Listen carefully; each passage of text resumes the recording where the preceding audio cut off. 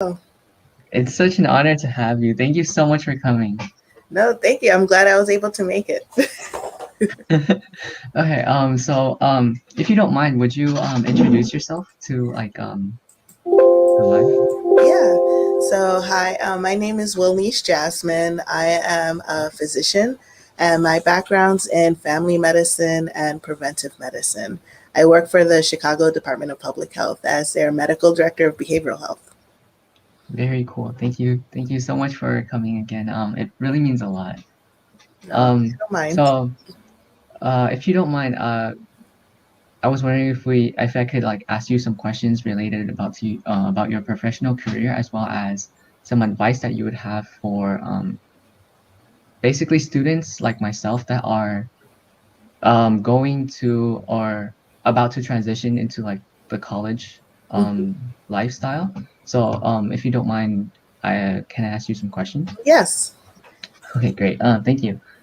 So I just wanted to know what would a typical day working as like a physician look like in your department? Yeah. So for me, I focus mainly in my area of preventive medicine, which is the specialty for public health.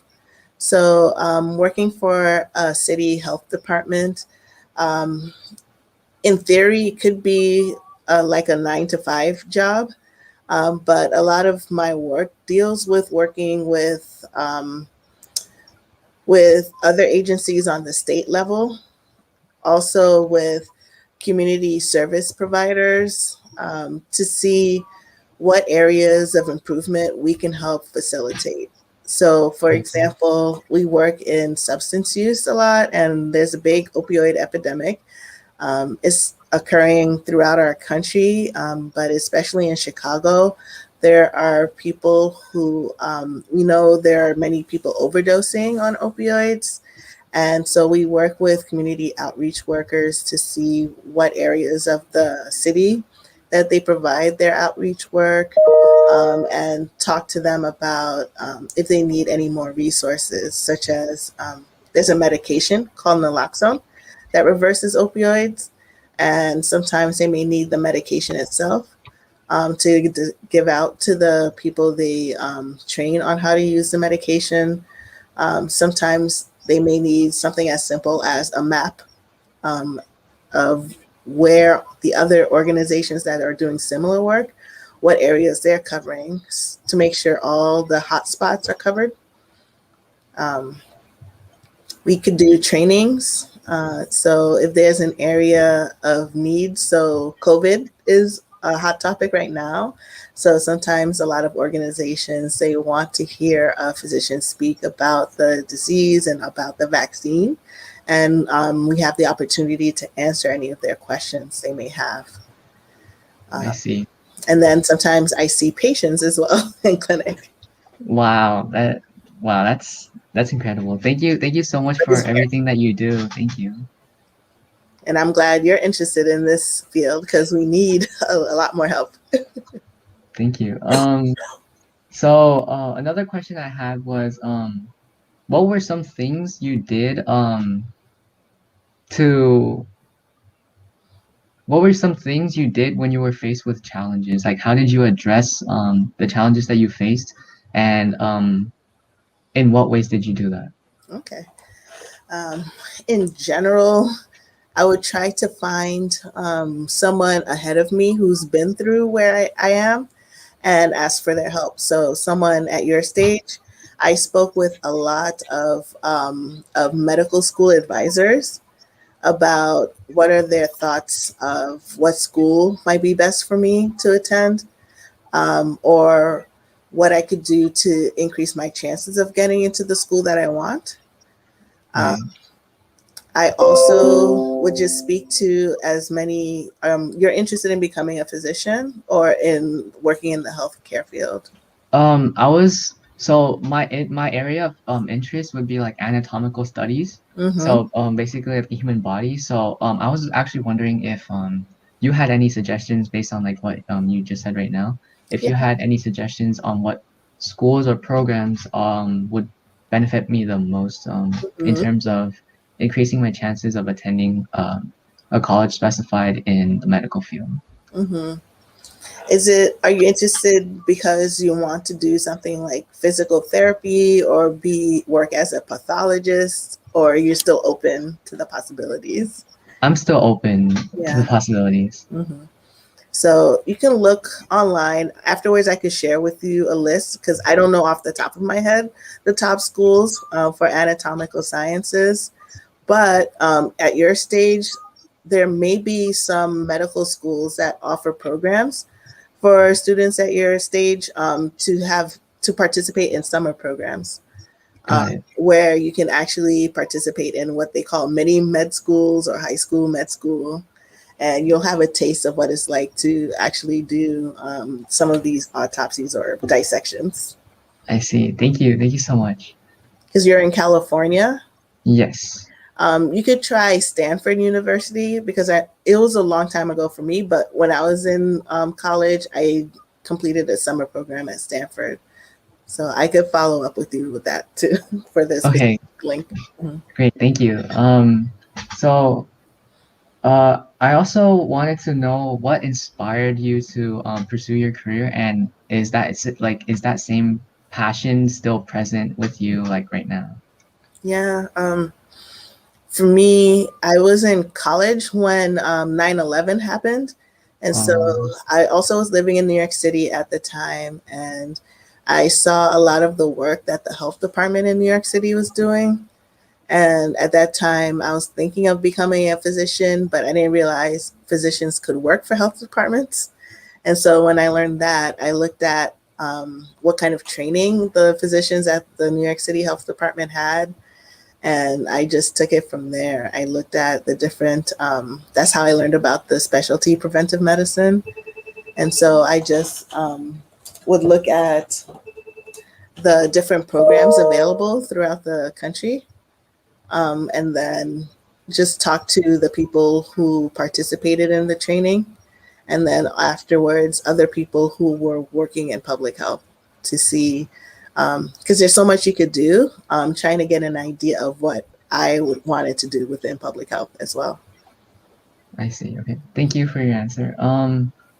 So I would like to know what were some mistakes that you made, and like how would you advise to avoid them, as well as would you please share some key Mm, okay. key lessons that you learned from them? Yeah. So one I would say is initially when I was applying for residency, I did not apply broadly enough. So I applied to a handful of programs and in New York City. And I did not get into residency the first time I applied.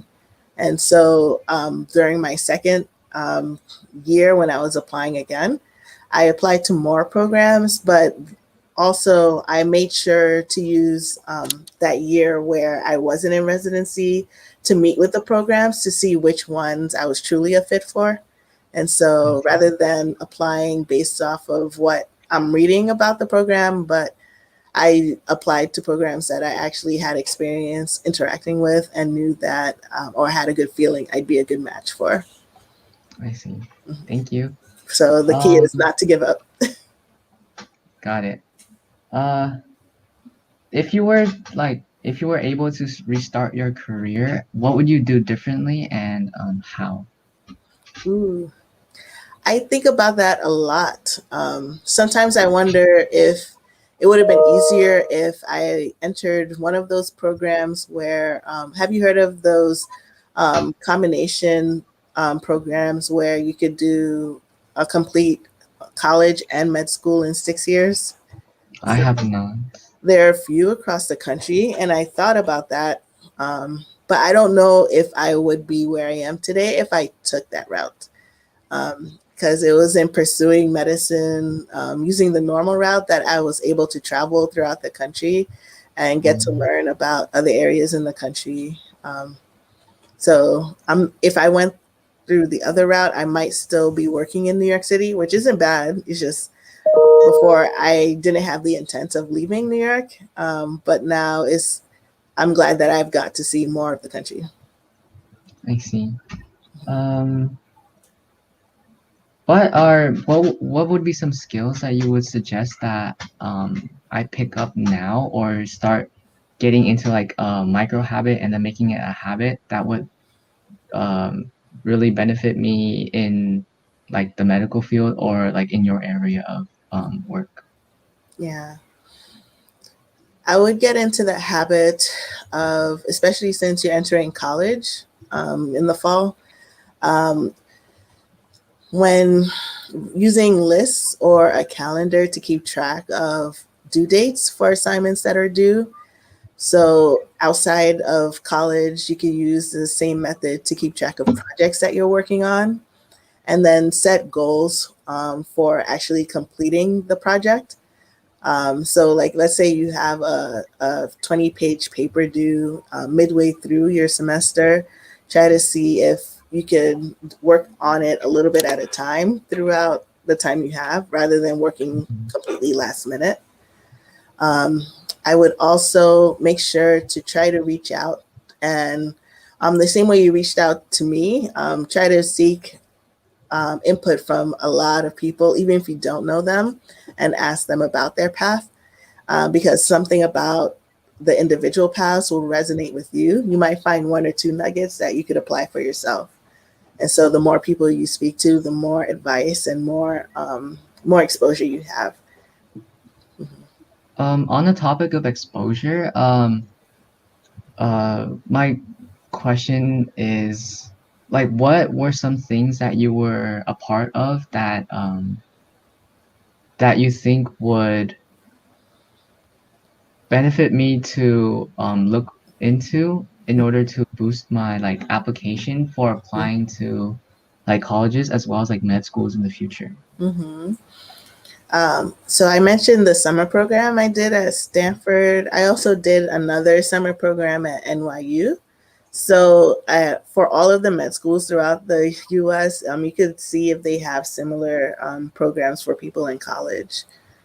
Um, you can also join the American Medical Student Association because oftentimes they have these chapters mainly for college students. So they may have chapters for the undergraduates. Um, and then it's rare that you would know at this stage what you want to specialize in, but if you have an idea, you can get involved with some of the medical specialties. So for me, I could be involved with the American Academy of Family Medicine because I'm a family physician, or the American College of Preventive Medicine. So if you're interested in surgery, you could look into the American College. Is it American College of Surgeons? But whatever the main organization is for that specialty.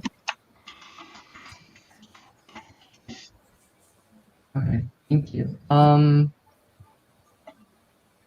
I think well that's actually all of the questions I had like on my list. But did you have any like questions for me too or Yeah. So how long have you known that you're interested in anatomical sciences? I think ever since probably the seventh grade when we did our first dissection of like the frog, Mm-hmm. I'll have to admit that I was like a bit worried and a bit like grossed out because of like like the innards of a Yeah. frog and stuff. But I I did always find like anatomy very fascinating, and I also am very like I'm pretty good at um memorizing and learning about the human body. So Mm-hmm. I retain that information a lot better than a lot of other things. Okay. Because I was going to ask, is it specific to humans or animals too? Because you can look into becoming a veterinarian as well. So. Mm. I think I'm more interested in like the human body because it's very complex, and I feel like there's a lot of new things Mhm. to be discovered in that area Yeah. too. You can also look into, if you do a quick Google search on digital health, you'll see there are many areas of healthcare that I think physicians are just starting to become aware of. so you can see what options there are. I see. I just came up with a question, but what I was okay. So I'm interested in the health, the like in medical and medicine Mm-hmm. field, but I'm also um passionate about the tech field. So I was wondering if like I was wondering what you thought. Where do you see the health industry in the future in regards to the addition of like tech and like the 21st century technology and that kind of stuff? Well, I mean, it's happening regardless of whether or not physicians are prepared to use it. But I think as innovations being more and more implemented into clinical practice, physicians do learn what they need to use for their particular scope of medicine. Um, and then I don't know, there's so many technologies that impact how medicine is practiced that oftentimes physicians don't have input. Is usually like an idea of someone who may have a condition and they want to make a difference in how that condition is treated. They may be the person driving this innovation. Um, One example I can give is there's a physician I know. He's a anesthesiologist, but he's actually retired now. But the reason why he retired was because he was interested in treating addiction medicine, and he developed this device where it could hold someone's any medications that could potentially be addictive, and that device won't open until certain amount, like until certain times during the day, to prevent the person from taking too many of the medication. Mm, And so he's still providing a service that is helpful for the general population without having to treat individual patients. I see. Were there any moments while you were like pursuing like the medical field that you had doubts that you weren't like you basically like you weren't meant for the medical field, and did you like doubt your ability and that kind of Mm. stuff? For me, when the first year I applied for residency and I didn't get accepted, so for me that was really, it was really hard for me to like accept at first, because you spent so many years preparing for this moment in time. But during times like that, it's important to know that if you really feel that this is something you're meant to do, you can still pursue that goal. And so that's what I did. I just, rather than feel sorry for myself, I just reached out to more people and spoke to them and see what path I could forge for myself. I see. Well, I think this is like a really good ending for like the live. So I just wanted to like end with a question, and that is what would you suggest students like me start doing to better prepare ourselves for college and as well as boost our application? I think I mentioned this question Mm, before, but I just wanted to like reiterate the point. I think it's not necessarily a particular subject where you have to major in a particular area that will increase your chances. I think making sure, I was about to say to develop your skills so you're well rounded, but what does that mean? um, so, if there are any areas outside of science that you're passionate about, don't lose sight of that during your years in preparing to become pre med and eventually a medical student. Um, Pursue them with equal intensity, because that's what allows you to remain connected to the rest of the world, and then eventually it can also be a source of connection for your future patients. So if you like to read, continue reading subjects outside of medicine. If you like to play an instrument, video games, I don't play video games personally, but I know a lot of people use that as an Yeah. if you like to sing, do that. Some people like to act and just participate in improv classes all of the time, which can also be helpful when you're working with patients. So, whatever you're passionate about outside of science, try to keep hold of it. Cool. Thank you. Thank you very much for joining this live and taking the time to answer my questions. You're welcome. Okay. Have a nice day. You too. Bye.